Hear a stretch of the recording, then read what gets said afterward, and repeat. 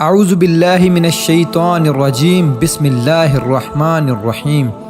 شروع اللہ کے نام سے جو بڑا مہربان نہایت رحم کرنے والا ہے۔ قرب قیامت کا ایک ایسا فتنہ جس کا خوف اور دبدبہ ہر زمانے میں پایا جاتا تھا۔ اس فتنے کا ذکر اگر صحابہ کرام کی مجلس میں ہو جاتا تو صحابہ زاروں قطار رونا شروع کر دیتے اور اس فتنے سے اللہ پاک کی پناہ مانگتے۔ دوستو، آج کی اس ویڈیو میں بات کروں گا اس کائنات کے سب سے بڑے فتنے کی، یعنی دجال کی۔ یہ دجال کون ہے اور دجال حقیقت میں کس شخصیت کا نام ہے؟ دجال کی پیدائش کب اور کیسے ہوئی اور دجال کے ماں باپ کون ہیں؟ اور کیا حضور پاک صلی اللہ علیہ وآلہ وسلم کے زمانے میں بھی دجال موجود تھا؟ دجال اس وقت کہاں ہے اور دجال اس دنیا میں کب ظاہر ہوگا؟ دوستو، ان سارے سوالوں کے جواب آج کی اس ویڈیو میں آپ کو قرآن و حدیث کی روشنی میں بتاؤں گا، لہٰذا آپ سے درخواست ہے کہ میری اس ویڈیو کو پورا اینڈ تک ضرور دیکھیے گا۔ دوستو، نبی پاک صلی اللہ علیہ وآلہ وسلم نے ارشاد فرمایا کہ قیامت اس وقت تک قائم نہیں ہوگی جب تک کہ دجال اس دنیا میں ظاہر نہ ہو جائے۔ دجال کی ظاہری نشانیاں اور شکل و صورت کے بارے میں نبی پاک صلی اللہ علیہ وآلہ وسلم نے ارشاد فرمایا کہ دجال چھوٹے قد کا ہوگا اور وہ بدصورت ہوگا، اور وہ ایک آنکھ سے اندھا ہوگا اور اس کے دونوں پاؤں ٹیڑھے ہوں گے، اور اس کے جسم میں بہت زیادہ بال ہوں گے، اس کے سر کے بال گھنگریالے ہوں گے اور اس کا رنگ سرخ یا گندمی ہوگا، اور اس کی ناک طوطے کی چونچ جیسی ہوگی۔ اور دجال کی سب سے واضح نشانی یہ ہوگی کہ اس کے ماتھے پر کاف فا را لکھا ہوگا، جس کو ہر مسلمان پڑھ لے گا، چاہے وہ پڑھا لکھا ہو یا پھر ان پڑھ ہو، لیکن کافر اور فاسق لوگ اس کو نہ پڑھ سکیں گے۔ دوستو، دجال جب اس دنیا میں ظاہر ہوگا تو لوگوں کے سامنے وہ پرہیزگار بن کر رہے گا تاکہ لوگ زیادہ سے زیادہ اس کی پیروی کریں، لیکن اندر سے وہ کافروں کی طرح ظالم ہوگا۔ دجال سب سے پہلے نبوت کا دعویٰ کرے گا، جب اس کے ماننے والوں کی تعداد زیادہ ہو جائے گی تو اس کے بعد یہ خدائی کا دعویٰ کر دے گا۔ دجال ایک بہت بڑی سواری پر سوار ہو کر پوری روئے زمین پر گردش کرے گا۔ وہ سواری اتنی بڑی ہوگی کہ اس کی آنکھوں کا درمیانی فاصلہ 40 گز ہوگا۔ دوستو، دجال کے پاس بے شمار طاقت اور بے شمار مال و دولت کے خزانے ہوں گے۔ اس روئے زمین کی زیادہ تر نہروں پر اس کا قبضہ ہوگا اور اس کی اجازت کے بغیر کوئی بھی پانی نہ پی سکے گا۔ یہ لوگوں کو گمراہ کرنے کے لیے طرح طرح کی شودہ بازیاں دکھائے گا۔ یہ آسمان کو حکم دے گا تو وہ بارش برسائے گا، یہ زمین کو حکم دے گا تو وہ سبزہ اگائے گی۔ اس وقت دجال اپنے آپ کو خدا کہے گا۔ جو لوگ اس کے پیروکار بن جائیں گے ان کو یہ مالا مال کر دے گا اور وہ لوگ عیش و عشرت کی زندگی گزاریں گے، اور جو لوگ دجال کو خدا ماننے سے انکار کر دیں گے تو یہ ان کو قتل کر دے گا۔ دوستو، دجال بجلی سے بھی زیادہ تیز رفتار سے اس زمین کے اندر گردش کرے گا اور وہ دنیا کے ہر کونے میں جائے گا۔ اس وقت دنیا کے تمام کافر اور اسرائیلی لوگ اس کی حمایت کریں گے اور اس کی جماعت کے ساتھ شامل ہو جائیں گے، لیکن جو سچا مسلمان ہوگا وہ اس کو پہچان لے گا اور اس کو ماننے سے انکار کر دے گا۔ دجال پوری روئے زمین میں فتنہ اور فساد پھیلانے کے بعد مکہ مکرمہ اور مدینہ منورہ کی طرف روانہ ہوگا۔ جب یہ مکہ میں داخل ہونے کی کوشش کرے گا تو اس کو مکہ میں داخل ہونے سے روک دیا جائے گا اور آخرکار مکہ سے ذلیل و خوار ہو کر مدینہ منورہ کی طرف جائے گا۔ اس وقت مدینہ منورہ کے 7 دروازے ہوں گے اور ہر دروازے پر اللہ تبارک و تعالیٰ کی طرف سے ایک نگہبان فرشتہ مقرر ہوگا جو اس کو مدینہ منورہ میں داخل ہونے نہیں دے گا۔ اس وقت دجال مکہ اور مدینہ کے باہر کھڑے ہو کر ایک خوفناک چیخ مارے گا۔ اس وقت مکہ اور مدینہ کے اندر جو بھی لوگ منافقین ہوں گے وہ اس کی آواز سن کر باہر نکل آئیں گے اور دجال کے گروہ میں شامل ہو جائیں گے۔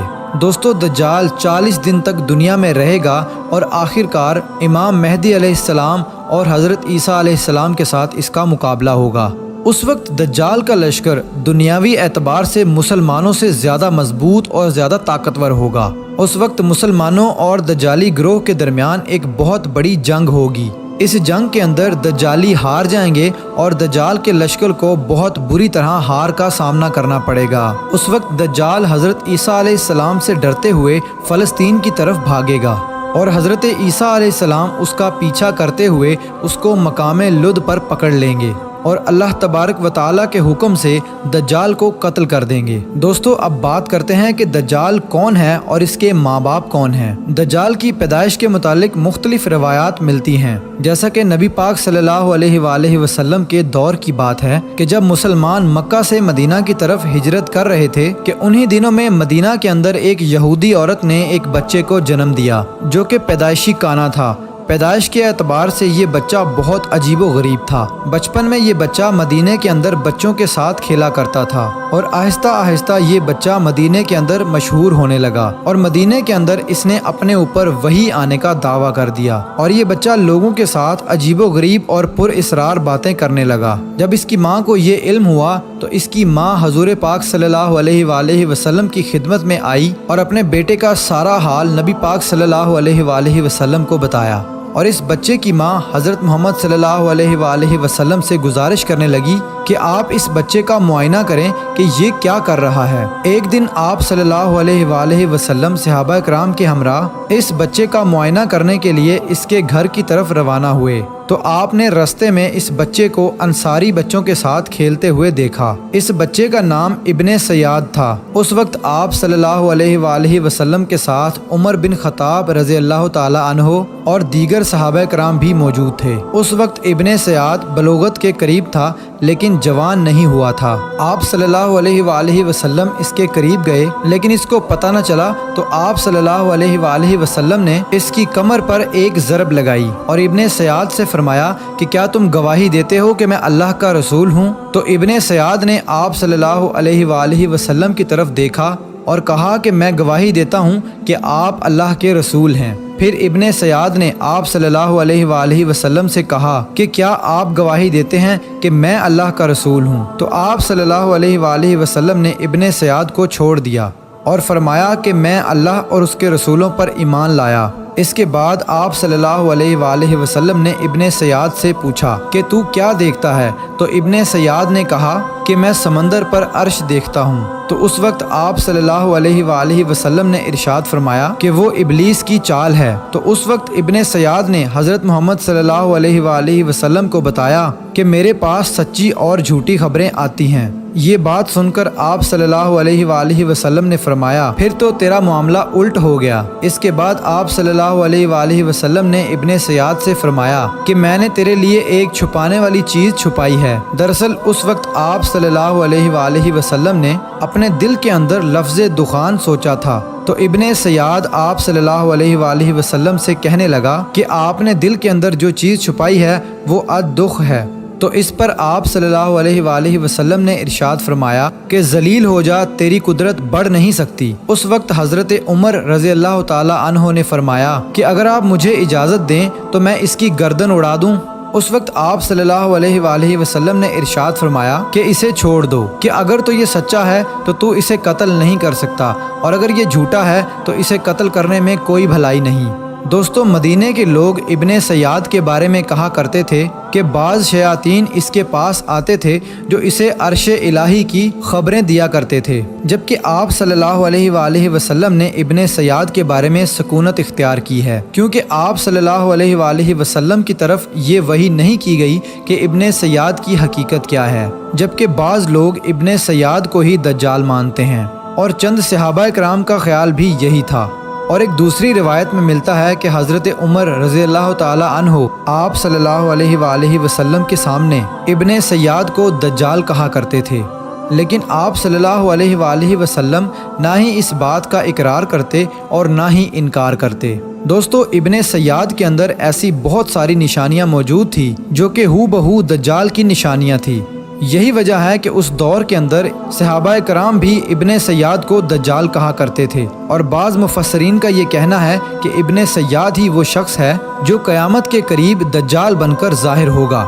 حضرت ابو سعید خدری رضی اللہ تعالی عنہ بیان کرتے ہیں کہ ابن سیاد مجھ سے کہنے لگا کہ میں دجال کے ماں باپ کو بھی جانتا ہوں اور دجال کو بھی جانتا ہوں۔ تو اس وقت حضرت ابو سعید خدری رضی اللہ تعالی عنہ نے ابن سیاد سے کہا کہ کیا تو اس بات کو پسند کرتا ہے کہ تو ہی دجال ہو؟ تو اس وقت ابن سیاد نے کہا کہ اگر مجھے دجال بنایا گیا تو میں اس بات کو ناپسند نہیں کروں گا کہ میں دجال بنوں، یعنی کہ میں دجال بننا پسند کروں گا۔ دوستو بعض مفسرین کا کہنا ہے کہ ابن سیاد دجال نہیں ہے، کیونکہ یہ بعد میں آپ صلی اللہ علیہ وآلہ وسلم پر ایمان لے آیا تھا، بلکہ دجال حضرت سلیمان علیہ السلام کے دور میں جنات اور انسانوں کے ملاپ سے پیدا ہوا تھا اور اس کے ماں باپ کو قتل کر دیا گیا تھا، اور دجال کو ایک جزیرے کے اندر قید کر دیا گیا، اور انسانوں اور جنات کے ملاپ سے پیدا ہونے والا بچہ یعنی کہ دجال آج بھی اسی جزیرے پر قید ہے، اور اس کے ساتھ ساتھ شیطان اس کو ہر بات کی وہیں پر خبر دیتے ہیں۔ دجال کی پیدائش کے بارے میں حضرت امام زرکاری رحمۃ اللہ علیہ بیان کرتے ہیں کہ دجال وہ فتنہ ہے جس کو اللہ تبارک و تعالی نے اس وقت پیدا فرمایا جس وقت حضرت آدم علیہ السلام کو جنت سے نکالا گیا تھا، اور دجال کو بنا ماں باپ کے پیدا کیا گیا۔ دوستو حقیقت تو یہ ہے کہ دجال قیامت کے قریب ظاہر ہوگا، اور اس کی جو نشانیاں ہوں گی وہ آپ صلی اللہ علیہ وآلہ وسلم کی احادیث میں واضح طور پر مل جاتی ہیں۔ لیکن یہ دجال کہاں ہے، اور یہ کہاں سے آیا، اور یہ کیسے پیدا ہوا، اور اس کے ماں باپ حقیقی طور پر کون ہیں، اس کے بارے میں کسی